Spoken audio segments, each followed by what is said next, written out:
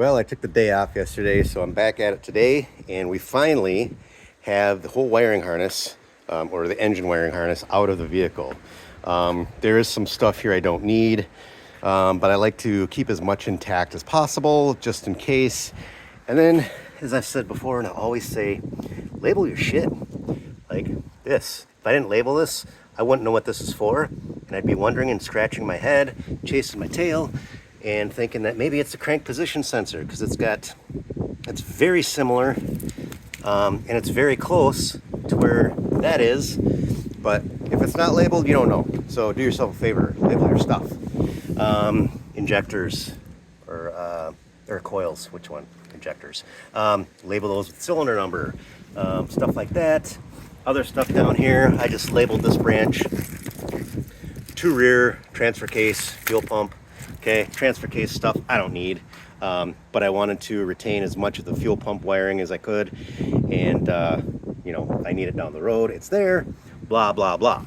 So I also kept the entire fuse block in its integrity, so that's all there. Got the ECU there, everything that goes to the transmission, got those plugs still there, uninterrupted, didn't cut those. So it's a pretty good harness. I mean, obviously, if I were to use this, I would pull all the sheathing off and inspect every single wire, and then, you know, cut out whatever I wasn't going to use or didn't need, which is a job within itself. But it's a harness, it's usable, and it's kind of a, I guess I'd call it a spare. So I have it if I need it. Never a bad thing. Now we're finally at finally at a place where I can hopefully disconnect the transfer case from the transmission. Otherwise I'm going to have to drag the transfer case out with everything. Here's your engine mount bolts. Okay, so there's 3 per side through the frame, and they come through here. So these are kind of weird engine mounts. I've never seen anything like this before, but they have, how do I describe it? Basically, there's slots, and they sit on the heads, or they sit on these things here, okay?